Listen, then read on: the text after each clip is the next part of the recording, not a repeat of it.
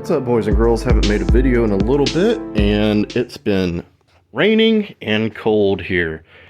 So we have a project that came to me through a subscriber, actually, and normally don't do this stuff, but we'll talk about what happened here and why it's all apart.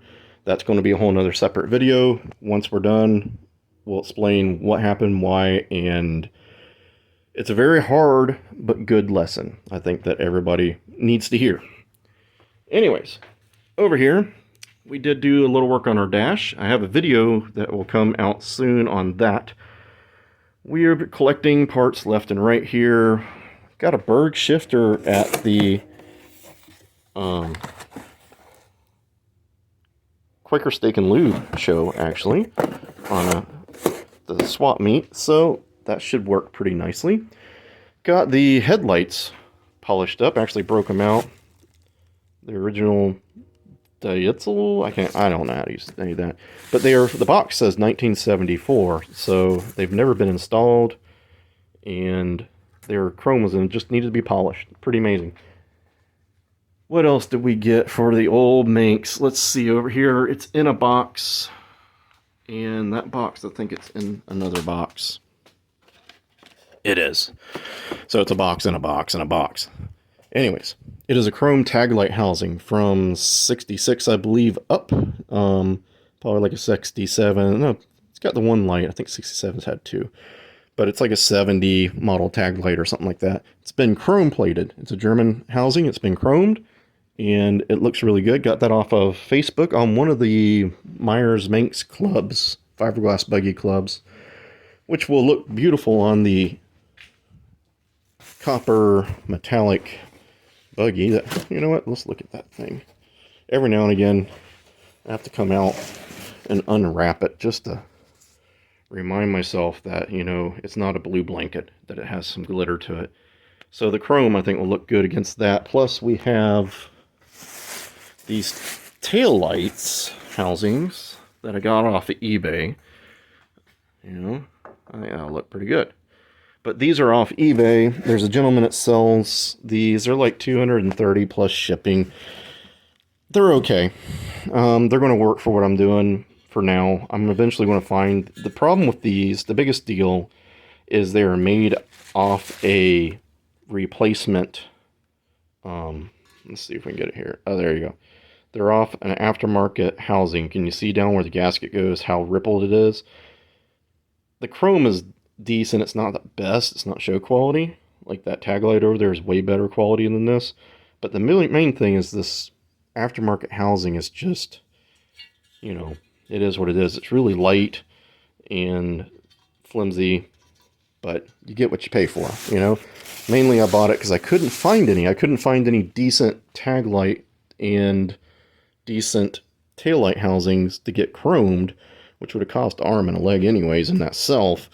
But just finding a decent German taillight housing that doesn't have rust in it or dents. When you're going to chrome it, dents are your enemy. And almost every one of them I seen at the show had a dent. So I went with that for right now. And it's okay. It will look good on the buggy. But eventually I do plan on replacing it, just so that, you know, it matches what I'm trying to do here. We're trying to make it a nice one, you know. We could slap it together, cut that chassis up in 5 minutes and weld it back together before the end of the day, but I want it to look good. On that, what we have to do with the chassis is we need to grind the flange where the floor pan sits, because there's a tack weld every 3/8 of an inch, so it's like Rocky Mountains right there. And then once that's done, we'll start on shortening it. I'm going to do something a little different. Most people just cut it, weld it, good. We're going to do something a little different. We're going to measure out first if my idea will work. But on the bottom of the chassis, we're going to do something a little different there. Something similar to what air-cooled over in Arizona, I believe it is. The people that make the disc brakes, the bad series brakes or whatever. I'm going to do something similar to what he did, but not all the way like what he did. If it doesn't measure out for my thought, we're going to do it the way Volkswagen recommended. And Volkswagen did send like a circular around in the late 60s to the dealers saying, if you're going to shorten cars for the dune buggy crowd, this is the way we would recommend to do it, but we don't recommend doing it, basically.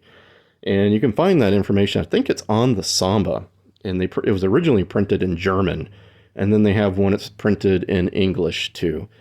So I believe it was in the manuals. You can go look at it, but it tells you how to shorten the pans and make them look pretty good. We don't have to shorten the pans, but we have to shorten the tunnel. So anyways, that is that. Let me flip you around here. There we go. Okay, on the motor. I think it's going to be a good video. We're going to make a whole video on it, and it's going to be a good video for beginning people, I think. Okay, and also for the guys that have been in this for a long time, and people that supposedly have shops should probably pay attention to it. Not that anybody watches my videos anyways, though, but it's just something if you're getting into this, into the Volkswagen realm, or you see somebody getting into it, we'll talk more about what happened and why, and things you can do to just protect yourself, all right? But anyways, we'll have a whole video on that. I'm going to show you what happened there, and we're going to show what we build out of this and what comes out of it. So anyways, boys and girls, get out there, get your projects done, get them together. Let's get out there. The weather's going to be good. Help your friends out, and let's get these projects on the road. See y'all later. Don't forget to like and subscribe.